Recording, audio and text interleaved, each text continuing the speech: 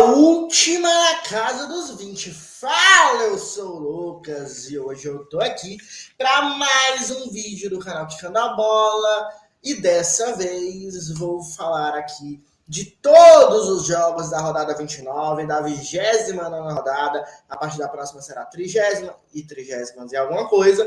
Então vamos aí cada vez mais nos aproximando do final deste Brasileirão 2024. Mas primeiro vamos passar aqui pela análise de todos os jogos do Brasileirão na rodada 29. Então aparece a vinheta. Are you ready for the show? You got a new YouTube channel, you gotta know. Quicando a bola, we're kicking it on the field. Talking football, making hearts go wild.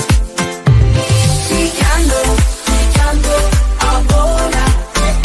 Yeah, we're kicking it, taking control. Quicando a bola. Someone join it, gotta let the good times roll. Tivemos uma rodada com datas meio não convencionais, né? Muito por causa que no domingo não ia ter jogo graças à eleição. E começou na quinta-feira com Criciúma 2, Atlético Goianiense 0. O Criciúma foi melhor o jogo inteiro. O Atlético já é o pior time do campeonato e ainda estava com vários dos melhores jogadores no banco, tipo o Luiz Fernando e o Joe Campbell, que entraram só aos 10 minutos do segundo tempo, e o Shailon, que entrou aos 35 do segundo tempo, bem mais lá para a reta final mesmo. Então o Criciúma ganhou com os gols do Rodrigo aos 42 do primeiro tempo e do Felipe Matheus, um golaço aos 2 minutos do segundo tempo.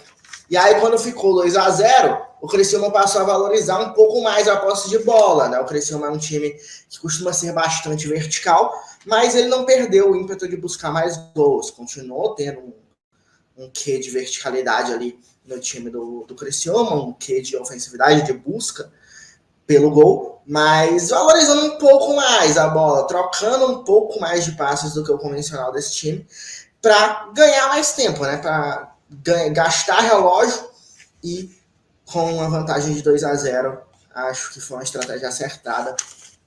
Mesclaram um pouco mais, né? Esse jogo mais cadenciado com esse jogo mais rápido. E ficou mais perto do que o Atlético de diminuir o placar, né? Ficou mais perto de fazer o terceiro gol do que o Atlético de fazer o primeiro. Foi muito pobre no ataque o Atlético Goianiense nessa atuação aí contra o Criciúma. E aí o Criciúma fica em 12º lugar, né? Chega aos 35 pontos, com 9 vitórias, uma a menos que o Grêmio, que também chegou aos 35 pontos, e a gente vai falar do jogo contra o Fortaleza. Então, o Grêmio é o 11º colocado, o Criciúma com uma vitória a menos, mais os mesmos 35 pontos, fica na 12ª colocação. O Atlético segue na lanterna, segue na 20ª colocação, com 21 pontos, 5 a menos que o Cuiabá, que é ali o vice-lanterna, bem afundado realmente aí. O Dragão. Fluminense 1, Cruzeiro 0, foi o outro jogo da quinta-feira. Foi o reencontro do Diniz e do Mano Menezes com os times que eles mais foram vencedores, né? O Diniz tem os seus principais títulos na carreira com o Fluminense, o Mano Menezes tem a maioria dos seus títulos, a maior quantidade de títulos também conquistadas com o Cruzeiro. E estavam em lados opostos, né? Lados diferentes, lados inversos dessa vez. O Mano no Fluminense contra o Cruzeiro, o Diniz no Cruzeiro contra o Fluminense. E depois de 2 boas oportunidades do Fluminense, lá no começo do jogo, aproveitando erros de saída de bola do Cruzeiro, que tem que ser muito mais trabalhada, né? O Diniz, obviamente, nunca abre mão dessa jogada, dessa saída de bola pelo chão, com passes curtos desde lá de trás.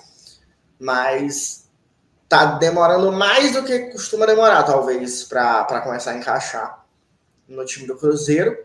Mas vai ter tempo, provavelmente, para ir trabalhando isso com o time. Eu acho que são muitos erros que estão acontecendo. E tiveram 2 logo no início do jogo que quase saíram gol do Fluminense. E aí o Cruzeiro teve um contra-ataque pouco depois dessas jogadas, perfeitamente executado, mas o Caio Jorge perdeu o gol sem goleiro. e depois disso o jogo virou um tiroteio. Né? Foi o que precisou para os times se soltarem e muitas chances para os dois lados. Foi um primeiro tempo equilibrado e nivelado por cima. Foi realmente um jogo bem legal de acompanhar no primeiro tempo. No segundo tempo, bem menos. Foi bem pior do que o primeiro. O Fluminense foi superior ao Cruzeiro aos 9 minutos do segundo tempo.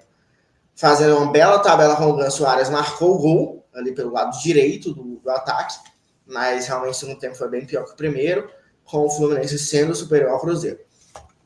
O Fluminense chegou à 16ª colocação, chegou aos 30 pontos, um a mais que o Vitória, que está abrindo o Z4 nesse momento, então. Fluminense fora da zona do rebaixamento ao final da 29ª rodada. O Cruzeiro fica com o 8º lugar, 43 pontos, 3 a menos que o Internacional, que fecha o G6, a última vaga ali para a Libertadores, se não tivermos vagas a mais vindas por o campeão da Sul-Americana, o campeão da Libertadores ou o campeão da Copa do Brasil estarem entre esses 6. O Cruzeiro, nesse momento, está 2 posições abaixo da zona dos classificados para a Libertadores, com 3 pontos a menos que o Internacional, que é o 6º colocado. Grêmio e Fortaleza foi o jogo da sexta-feira, né? Sexta-feira também não costuma ter jogo do Brasileirão, que costuma, né? Mas costuma ser o final de uma rodada ali de meio de semana. Dessa vez foi o início de uma rodada de final de semana. Ou o jogo de sexta-feira realmente não costuma acontecer. Sexta-feira costuma ser reservada para a Série B, mas Grêmio e Fortaleza se enfrentaram pela Série A e o Grêmio venceu aí por 3-1, logo no começo, aos 13 minutos, o Aravena fez 1-0. Pouco depois o Hércules conseguiu empatar com a assistência do Iago Pikachu. E o Gustavo Martins se lesionou e teve que entrar o Jeromel no lugar dele, né, na zaga ali do Grêmio, mas não foi muito problema, já que no segundo tempo o Grêmio foi melhor que o Fortaleza, conseguiu um gol com o Bright White com assistência do Dodge, depois o Mancuso foi expulso na reta final do jogo, o Soteldo com assistência do Igor ampliou para o Grêmio. Com isso, o Grêmio, como a gente já tinha falado, fica na frente do Criciúma com a mesma quantidade de pontos, 35, mas com a vitória a mais, 10-9. E com 2 pontos a menos que o Atlético Mineiro para entrar na primeira parte da tabela. O Fortaleza, com essa derrota, fica estacionado nos 55 pontos. 2 a menos que o Palmeiras, que é o vice-líder, e 5 a menos que o Botafogo, que é o líder do Brasileirão. Botafogo, que venceu por 1-0 o Atlético Paranaense na Liga Arena. Igor Jesus com assistência de Jefferson Savarino bem no comecinho do jogo, ali aos 14 minutos do primeiro tempo. No segundo tempo tivemos muito mais cartões amarelos do que qualquer coisa, cartão amarelo para todo lado. No primeiro tempo tivemos só um para o Gregory, no segundo tempo teve o Madison, para o Kaique Rocha no Atlético, para o Danilo Barbosa, para o Tiquinho Soares e para o Matheus Martins no Botafogo. Foi um jogo aí que coloca mais uma vez o Botafogo ampliando vantagem na liderança, chegando a 60 pontos, 3 a mais do que o Palmeiras, que é o vice-líder nesse momento.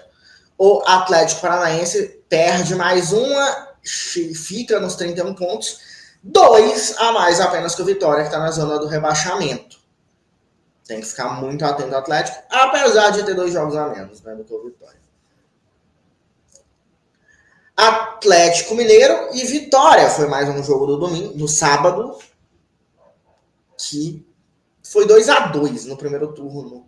O Vitória tinha goleado o Atlético, né, no Barradão, mas na Arena MRV o Atlético fez 2-0 no primeiro tempo, um gol do Fausto Vera com assistência do Eduardo Vargas e um gol do Eduardo Vargas com assistência do Palácios. No segundo tempo teve Wagner Leonardo com assistência do Mateuzinho e Alejandro com assistência do Hiller, que fizeram os gols do empate. O Vitória foi buscar, então, pelo menos um ponto lá em BH. Ponto esse que deixa ele com 29, um a menos que o Fluminense, que é o primeiro fora da zona do rebaixamento. O Atlético Mineiro tem 37 e tem aí uma longa desvantagem para o Internacional, que é o primeiro dentro da zona dos classificados para a Libertadores. 9, né? 9 pontos a menos que o Internacional é muita coisa. Eu vou cansar de repetir, a campanha do Atlético Mineiro no Brasileirão é patética, principalmente para a expectativa que se tinha em cima desse time, que era colocado em pé de igualdade com o Palmeiras e o Flamengo para disputar o título. Teve também aí Red Bull Bragantino e Palmeiras. O jogo foi um 0-0, não aconteceu aí grandes coisas e deixa o Palmeiras deixa o Botafogo abrir vantagem de novo, né? Com isso, o Botafogo abre os 3 pontos de vantagem, tinha ficado só em 1 ponto, né? Quando o Botafogo empatou com o Grêmio, o Palmeiras conseguiu diminuir para 1 ponto a desvantagem para o Botafogo, mas agora volta a ser de 3 pontos a vantagem do Botafogo. Lembrando que ainda tem confronto direto, e o confronto direto do ano passado foi decisivo. O Red Bull Bragantino fica com esse ponto ganho, chega aos 34, 5 a mais que o Vitória, que está na zona do rebaixamento, e 1 a menos que o Criciúma, que está na zona da Sul-Americana. Bahia e Flamengo. O Flamengo vai para a sua segunda vitória seguida com Felipe Luiz sob o comando de Felipe Luiz, né? Gols aí do Ayrton Lucas no primeiro tempo, até aí só laterais esquerdos, ironicamente, faziam gol, né? Com o Luiz no comando no jogo contra o Corinthians. Tinha tido o gol do Alexandro, o Ayrton Lucas aí no jogo contra o Bahia. Tinha aberto o placar também, só que depois o Carais de pênalti quebrou essa cena, disse, não, deixa os jogadores das outras posições também fazer gol, sei que você era lateral, Felipe Luiz, mas a gente das outras posições também quer marcar aí nossos golzinhos. 2-0 para o Flamengo. O Flamengo também aí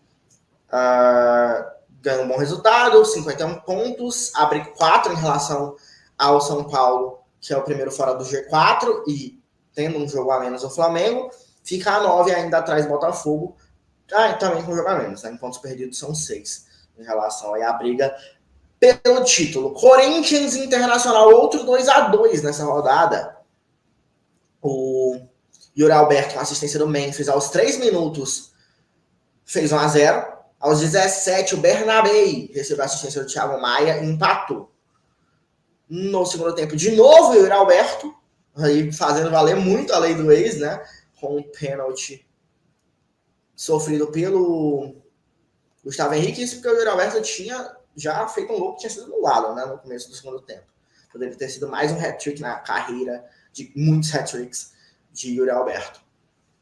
Ele fez o gol de pênalti e nos acréscimos,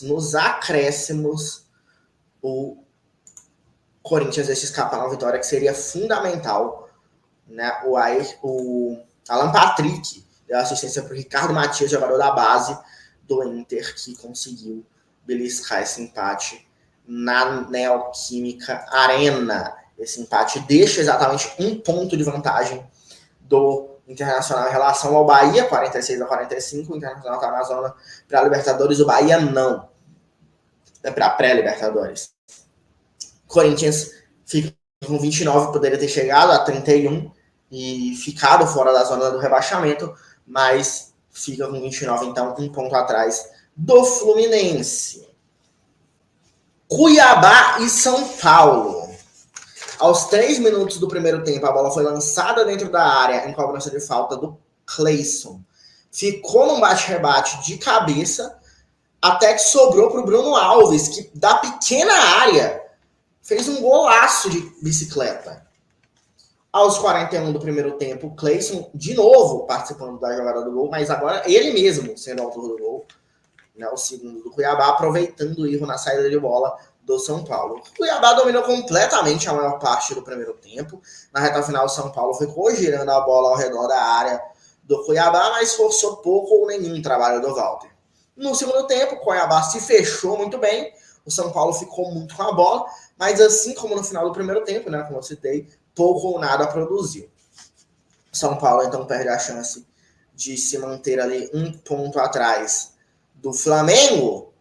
Deixa o Flamengo abrir 4, fica com 47. O São Paulo e o Flamengo, como eu disse, tem 51. E o Cuiabá chega a 26. São 4, né? A menos que o Fluminense, que está ali fora da zona do rebaixamento. Então, ainda quer sonhar aí o time do Cuiabá com escapar da Série B. Vasco e Juventude, 1-1 pro jogo aí entre Vasco e Juventude. O início foi frenético. Aos 3 do primeiro tempo, Edson Carioca passou do jeito que quis pelo Maicon e abriu o placar para a Juventude. Foi uma jogada individual, mas a bola foi muito bem trabalhada até chegar no Edson Carioca. De pé em pé, seja com passes curtos ou longos, mas de pé em pé, até o Edson Carioca conseguir aí a jogada individual, o belo drible para cima do Maicon e o gol. Depois de sofrer o gol, o Vasco acordou. E aos 10 minutos, aproveitando a saída errada com o Dudu, o Domingues roubou a bola e passou para o Payet, que fez um golaço. O Vasco já tinha criado pelo menos 2 grandes chances antes disso, né? Desperdiçadas, uma pelo próprio Payet e uma pelo Hugo Moura. Então, de fato, tinha acordado no jogo aí o Vasco. Aos 30 minutos, o Juventude colocou a bola na trave, aproveitando o rebote do Léo Jardim em cobrança de falta. Mas caiu muito a qualidade do jogo no final do primeiro tempo. O Juventude não protegeu bem a entrada da área no jogo e várias finalizações com liberdade foram permitidas ali. O Payet começou muito bem o jogo, mas depois do gol que ele fez, né, ou seja, 10 minutos que ele foi bem, ele errou praticamente tudo. Teve uma boa jogada ali no segundo tempo, que ele conseguiu chegar até a pequena área, mas quando a bola voltou para ele, né, dando passes, trabalhando a bola, mas quando a bola voltou para ele, quando o jogador que tinha recebido o passe dele perdeu a bola acabou voltando para ele, ele tentou um passe de letra, que seria acertar gênio, mas acabou indo nas mãos do goleiro do Juventude. E o Vasco começou o segundo tempo melhor que o Juventude, foi melhor na maior parte desse tempo, não foi uma superioridade com o super futebol apresentado. Uma coisa que achei bem estranha desse ataque do Vasco foi o Verratti caindo muito pelos lados e não produziu nada, né? Absolutamente nada a partir dessas caídas pelos lados. O Verratti é um atacante que tem pouca mobilidade, querendo ou não. É um atacante que é muito mais para receber a bola para finalizar, mas ele até ajuda quando ele volta ali para o meio campo. Ele consegue ajudar a puxar um contra-ataque ou outro, a organizar um pouco algumas jogadas. Pelos lados, essas quedas dele pelo lado não produziram nada nesse jogo aqui. Não foi bem o Verratti nesse estilo de jogo, não.